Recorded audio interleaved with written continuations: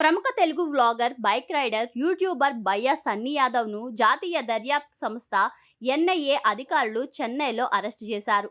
Sunny Yadav arrest ఒక్కసారిగా అతని స్వగ్రామం నూతనకల్లో కలకలం రేపింది. సన్నీ యాదవ్ అరెస్టుపై ఎన్ఐఏ ఎలాంటి అధికారిక ప్రకటన చేయలేదు. దీంతో బైక్ రైడర్ సన్నీ యాదవ్ ఆచూకీపై తల్లిదండ్రులు ఆందోళన వ్యక్తం చేస్తున్నారు. అసలు బయ్యా సన్నీ యాదవ్ ఎవరు? యూట్యూబ్లో వ్లాగ్స్ ఎలా స్టార్ట్ చేశారు, ఏం జరిగింది అనేది ఈ వీడియోలో తెలుసుకుందాం. ఈ వీడియో కనుక మీకు నచ్చినట్లయితే లైక్ చేయండి, షేర్ చేయండి, సబ్స్క్రైబ్ చేయండి. సూర్యాపేట జిల్లా నూతనకల్ మండల కేంద్రానికి చెందిన బయ్యా రవీందర్, అనూష దంపతులకు కుమారుడు సన్నీ యాదవ్. చిన్నతనం నుంచే బైక్లను నడపడం సరదా. ఈ సరదాతోనే వ్లాగింగ్ పై ఆసక్తి పెంచుకున్నాడు. 2016 నుండి దేశంలో వివిధ ప్రాంతాలకు బైక్ పై రైడింగ్ చేస్తూ వీడియోలను పోస్ట్ చేసేవాడు. 2019లో 21 రోజుల్లోనే బైక్ పై లదాఖ్ యాత్రను చేశాడు. ఆ యాత్రతో సబ్స్క్రైబర్స్ సంఖ్య ఒక్కసారిగా 3 లక్షలకు చేరింది. దాంతో పూర్తిస్థాయి వ్లాగర్ గా మారిపోయి 2019లో నేపాల్కు వెళ్లి తొలి విదేశ యాత్రను పూర్తి చేశారు. ఇలా అనతి కాలంలోనే బాగా ఫేమస్ అయ్యాడు. అయితే ఏడాది మార్చిలో రాష్ట్ర వ్యాప్తంగా యూట్యూబర్లు బెట్టింగ్ యాప్స్ ప్రమోట్ చేస్తున్నారని కొందరు పోలీసులకు ఫిర్యాదు చేశారు. దీంతో బెట్టింగ్ యాప్స్ ను ప్రమోట్ చేసిన కారణంగా బయ్యా సన్నీ యాదవ్ పై మార్చి 5న నూతనకల్ పోలీస్ స్టేషన్లో కేసు నమోదైంది. అదే సమయంలో కొందరు యూట్యూబర్లను పోలీసులు అదుపులోకి తీసుకుని విచారించారు. అయితే సన్నీ యాదవ్ విదేశాలలో ఉండడంతో పోలీసులు లుకౌట్ సర్కులర్ కూడా జారీ చేశారు. దీంతో సన్నీ యాదవ్ దుబాయ్ నుంచి పాకిస్తాన్కి వెళ్లాడు.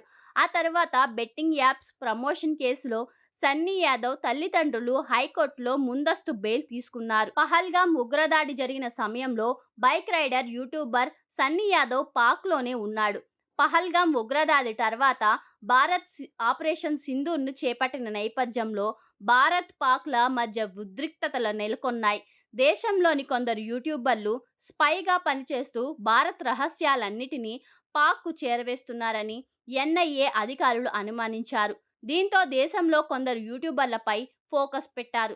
యూట్యూబర్ జ్యోతి మల్హోత్రా, మరో 11 మందిని ఎన్ఐఏ అరెస్ట్ చేసింది. మరికొందరు యూట్యూబర్లపై నిఘా పెంచింది. పాకిస్తాన్ నుంచి సన్నీ యాదవ్ 2 వారాల క్రితం ఇండియాకి వచ్చాడు. పాక్లో పర్యటించిన వీడియోలను తన యూట్యూబ్ ఖాతాలో పోస్ట్ చేశాడు. సన్నీ యాదవ్ తన పాకిస్తాన్ ట్రిప్ పైన పెద్ద ఎత్తున ప్రచారం చేసుకున్నాడు. ఇదేంది భయ్యా ఇదెక్కడా చూడలే. ఒకవైపు మన దేశం పాకిస్తాన్ దాని తీవ్రవాదంతో పోరాడుతుంటే నువ్వేమో బైక్ వేసుకుని పాక్కు వెళ్ళి నీ జీవితాశయం నెరవేరిందని తెగ హైప్ ఇస్తున్నావు.